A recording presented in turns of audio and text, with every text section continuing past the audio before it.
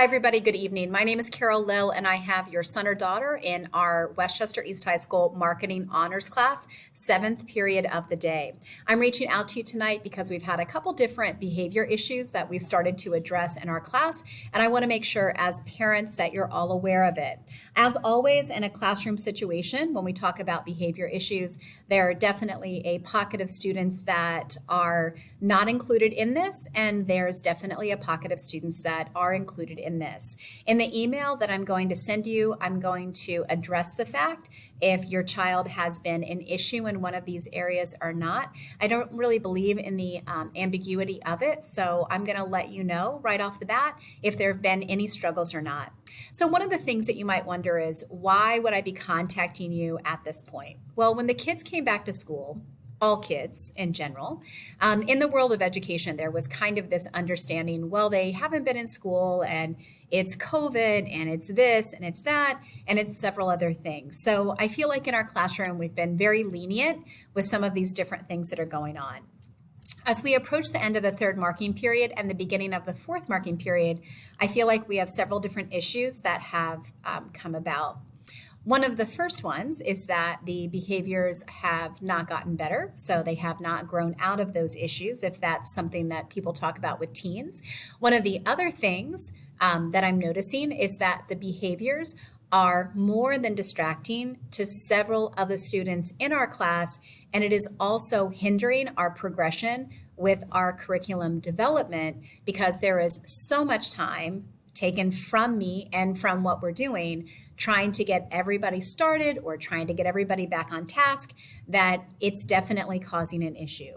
And lastly, one of the biggest things that I just think is such an important thing when you're dealing with young people is that no matter what grade these students are, I think that it's very important to make sure that they walk out of a classroom, in particular a business classroom, at the end of the year, and that we haven't lied to them. So if there's something going on with their behavior that is not school appropriate, and especially in our area, not going to be appropriate in a business or more of a professional setting, even though things are really casual now, I really feel like it's my role to make sure that I address it with the students so that they're aware that that's not something that they would want to do in a professional setting. And it could be offensive to somebody, it could be annoying to somebody, or something along those lines. So the issues that we've been seeing in our class is, as we said, 7th period of the day. There are 22 students in the class. 7 of the students are girls and 15 of the students are boys.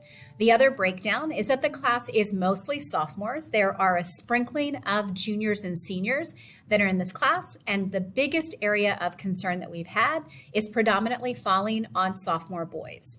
So the issues that we're having a problem with are 4 different things. So the 4 different things that we've been struggling with in class is at the beginning of class, because it is 7th period, and just to kind of give everybody like a little chance to get settled, I'll set a timer on the board for 2 minutes. At the end of 2 minutes, I say every day, like a broken record, at the end of 2 minutes, have all your stuff out and ready to go, and that seems to mean nothing. So that's definitely something that we need to work on, as it's wasting class time. One of the other issues that we're seeing are the use of phones for gaming and whatever else. The students definitely believe that they can multitask. And unfortunately, what's happening is that not only are they not able to multitask, but they're then missing assignments and missing instruction. In fact, the other day, we even had a student that did an entirely wrong assignment. We weren't even doing an assignment, but they did an entirely wrong assignment because they had their headphones in, they had their phone out, and everything else. So one of the other things moving on is AirPods and other wireless headphones during class. As you can imagine, if a student has their headphones or their AirPods in, if they're on silent or not, the message that is being sent is that I'm listening to something or I don't need to listen to you. So that's definitely one of the issues.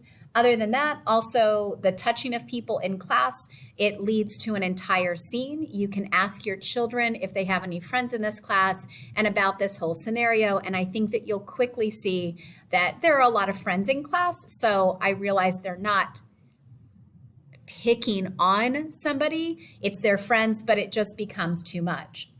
So what are we doing to prevent these behaviors and create a plan so we make sure that we have a positive fourth marking period? On Monday, March 28th, we had a senior student run a class session while I stepped out of the classroom so the students could speak with her a little bit.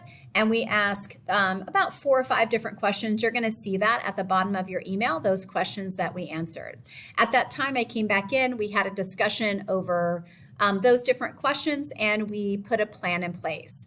When I came in on Tuesday, I shared the new plan with the students for student expectations and also teacher expectations because I'm a part of this classroom as well.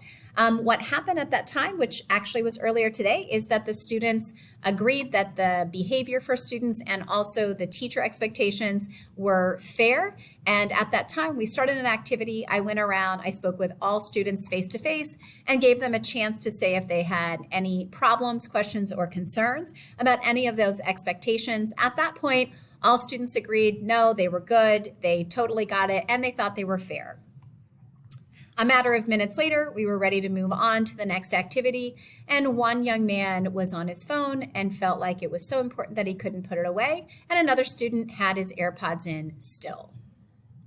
Those students were dismissed from class as we were trying to share with all of the other students that were logged on how to get started in creating a post in our Stukent social media simulation. Those students that were asked to step into the hall are more than welcome to complete that assignment for full credit, but at that time, their actions were completely disrespectful in class, especially because we had just gone over all of the new expectations.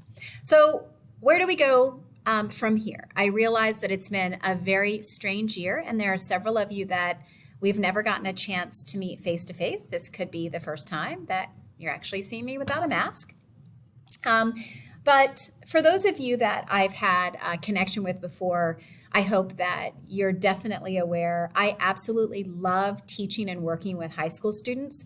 And one of the things that I'm most passionate about is not only our curriculum is great, and I love our business classes, but we really want to make sure that when the students get to the end of their class, when they get to the end of their sophomore year, their junior year, whatever it is, that we've really been honest with them and we've helped them grow into a more productive human being. So hopefully putting this plan in place, being honest with the students, providing them more opportunities to make the right choices, that this is going to put them in a position so that when they leave this classroom and when they leave this level of school that they're in, that they would really be able to say that they got some different things out of it and that they do know what is appropriate and what is not appropriate. When I'm contacting you about these things, I do really believe that if you could be a fly on the wall in this classroom and you could see these behaviors, I do feel confident that you would agree with me that I am not overreacting in sending this message. If you're in your email, I'd like you to go on down and take a look all the way at the bottom so that you can see what our expectations are for class. So for the students, you're going to see that it says come to class on time. At the end of the 2-minute little soft start section, they need to be ready to go.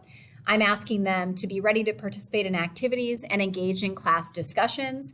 Keep your hands to yourself. Understand that not every class is a game or a movement activity.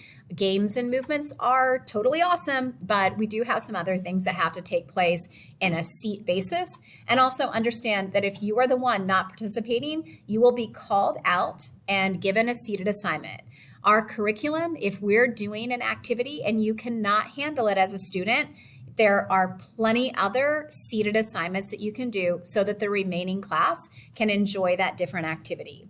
For the expectations for the teacher, I'll start class after the 2-minute time period. I'll work on creating engaging lessons and activities to provide more movement and creative thinking. I'll work on incorporating more activities such as Fishbowl, Kahoot, YouTube, Shark Tank, competitions. Those are the things the kids said that they really like. I will also keep track of the behaviors Monday through Thursday to see if there are any classroom behavior rewards for Friday, which might mean, and these were what the kids wanted, candy, vending machine trip, outside time, fishbowl game, or free day Friday, or other fun event. So we'll pay attention to that. And then lastly, I will pay attention to the students who are not participating and are disrupting the class to remove them from the activity and give them a seated assignment. It's really a shame when you have a classroom and you've got a group of students that really want to do a good job with the material and learn the material, and the teacher is so sidetracked with the behavior issues. And I do feel confident that you probably would all agree with that as well. At this point, I realize that this video has gone on quite a bit. If you have any questions for me, please feel free to reach out. And I hope that working together, we're going to be able to find common ground and provide these students with an amazing fourth marketing period, and hopefully some warmth and hopefully some sunshine, and to learn a little marketing along the way, because I am here for them to help them become fabulous young adults. And if you have anything you'd like to talk about, please let me know. Have a great day. Thanks so much.